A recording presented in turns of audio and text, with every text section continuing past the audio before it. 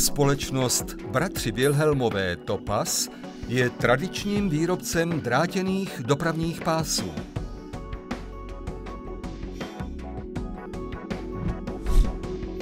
Široké produktové portfolio nachází uplatnění v potravinářském, sklářském a dřevařském průmyslu a ve strojírenství.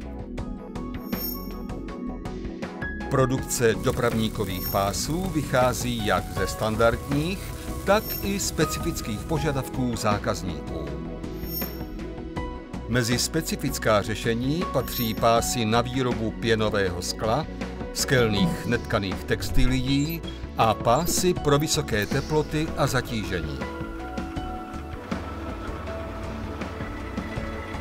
Při vývoji produktů společnost BW Topaz úzce spolupracuje se svými zákazníky.